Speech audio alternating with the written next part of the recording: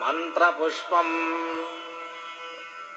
ఓం తాతా పురస్తాద్యముదా జహార శక్రప్రవిద్వాన్ ప్రతస్య తస్రః తమేవం విద్వానం మృతయః భవతే నాన్యః పంథా అయనాయ విద్యతే. సహస్రశీర్షం దేవం విశ్వాక్షం విశ్వశంభువం విశ్వన్నారాయణం దేవమక్షరం పరమం పదం విశ్వతః పరమాన్ నిత్యం విశ్వన్నారాయణగం హరిం విశ్వమేవేదం పురుషస్తద్విశ్వముపజీవతే పతిం విశ్వస్యాత్మేశ్వరగుం శాశ్వతగుం శివమచ్యుతం నారాయణం మహా. శైశవ దశలో ఉండవలసిన పిండమునకు తల్లి గర్భమునందు ఉన్నప్పుడు భగవానుడు ఆ జీవునకు భగవద్గీతనందు ముఖ్య సారాంశములు ఏ విధంగా ఉండునో శైశవ దిశలో వివరించి ఉన్నాడు. ఆ ముఖ్య విషయములను మనం ఇప్పుడు తెలుసుకుందాము.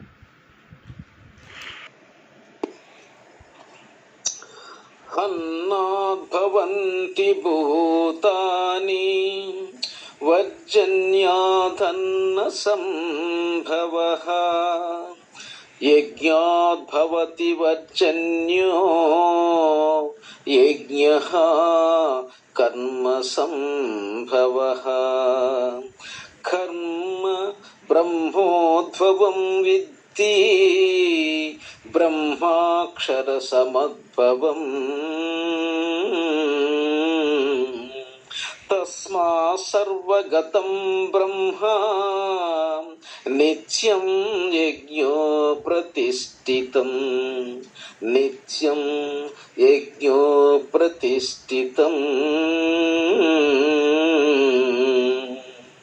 ఏవం ప్రవర్తితం చక్రం నానువర్తయతిహ యః అఘాయింద్రియారామో మోహం పార్థః సజీవతి. మోహం పార్థః సజీవతి. భూతజాలములు అన్నము నుండి ఉత్పన్నమగుచున్నవి. అన్నము రక్తమై ఈ రక్తమే స్త్రీ పురుషుల యందు శుక్ర శోణితములుగా పరిణమించి వాటి సంయోగము వలన భూతములు జనించును. అన్నము వర్షము వలన లభించును. వర్షము కురియుటకు యజ్ఞము కారణము. కర్మకాండ యజ్ఞములకు ఆధారము. వేదము కర్మకాండను ఆదేశించును. వేదము పరబ్రహ్మము నుండి వెలువడినది కావున నిత్యము చేయబడు యజ్ఞక్రియలు యందు సర్వవ్యాపకుడకు పరమాత్మ ప్రతిష్ఠితుడై ఉన్నాడు. అనగా ప్రతి యజ్ఞకర్మయు స్వార్థరాహిత్యములవడచే పరమేశ్వర స్థితికి సన్నిహితమునర్చును.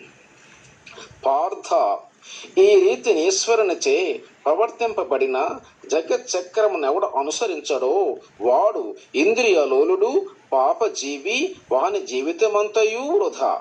స్వార్థపరుల జీవితమును భగవానుడు తీవ్రముగా నీరసించుచున్నాడు. భగవన్ నియమములు భూతజాలములన్నీ సంఘీభావముతో పరస్పర శ్రేయభిలాషులై ఒకరికొకరు చేదోడు వాదోడుగా ఉండవలననియే భగవానుని యొక్క ఆదేశం. ఈ నియమమును ఉల్లంఘించి విషయానుశక్తి వలన స్వార్థపరులకు వారందరూ మహాపాపులు. వారి జీవితములు ఇహపరములు రెండునూ చెడినవే.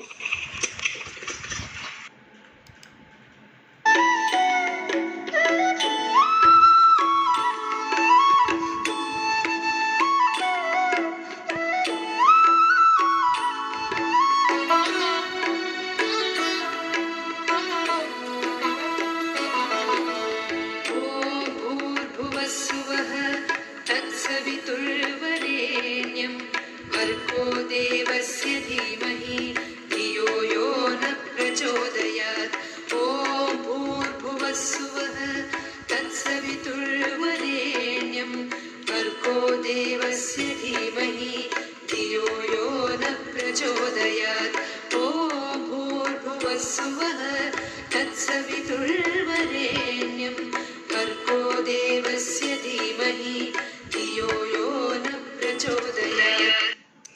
శుక్లము శోణితము కలియుట వలన అండము పిండముగా మారి యోగమాయచే రక్షింపబడుచుండును. ఇది బ్రహ్మ వలన జరుగును. 5 నెలల కాలము పూర్తి అయిన తరువాత బ్రహ్మ మహావిష్ణువుకు అప్పగించును. విష్ణువు జీవ చైతన్యమైన శక్తిని జడ పదార్థముగా ఉన్న శరీరమునకు అందించును. అప్పుడు శైశవ దశలో ఉన్న జడ శరీరము జీవశక్తిని కలిగి తన శరీరమును పరీక్షించుకొనును. ఈ సంఘటన ఒక్క తల్లి మాత్రమే గ్రహించగలదు. ఆమె తన ఆప్తులకు తెలియజేయును బిడ్డ కదులుతున్నాడని, అనగా సద్గుర ప్రవేశము జరిగిపోయినదని గ్రహించాలి. ఆనాటి నుండి అనగా 5 నెలల కాలము నుండి మరణించినంత వరకు శ్రీమన్నారాయణుని పర్యవేక్షణలో ఈ జీవికి శరీరముతో సంబంధము కలిగియుండును. కనుక ఈ శరీరము మహావిష్ణువు పాలనతో ప్రారంభమై 5 నెలలకు గాను 5 దివ్య శక్తులు మనతో కలిసియుండును. అవి ఏమనగా ఆకాశము అనగా నోరు, భూమి అనగా శరీరము, వాయువు అనగా ప్రాణవాయువు, అగ్ని అనగా మన శరీరమునకు కావలసిన శక్తిని ఇచ్చే వేడి, జలము అనగా రక్తము మనతో శాశ్వతముగా ఉండును. కావున జీవి ఎట్టి మాత్రము ఒంటరివాడు కాడు. నీకు రక్షింపగలిగిన పంచభూతములు నీతో ఎల్లప్పుడూ ఉండును అని శ్రీ మహావిష్ణువు అంశము కలిగి ఉన్నందున ఎలాంటి చింత అవసరము లేదని ఆత్మకు పరమాత్మ ప్రబోధించియున్నాడు. ఈ శైశవ దశయందు ఆయు ప్రమాణము 20 సంవత్సరములు భగవానుని వల్ల శిశువునకు కలిగియున్నది. కనుక ఈ మహత్తరమైన విషయములను అందరికీ తెలియజేయవలను. కావున అందరూ సబ్స్క్రైబ్ చేసుకుని ఈ వీడియోని అన్ని గ్రూపుల వారికి షేర్ చేయగలరని మిక్కిలి వినయపూర్వకముగా కోరి ప్రార్థిస్తున్నాను. ఎట్టి పరిస్థితుల్లో సబ్స్క్రైబ్ చేసుకోవడం మాత్రము మర్చిపోవద్దని మా యొక్క ప్రగాఢమైన విశ్వాసముతో తెలియజేయుచున్నాను.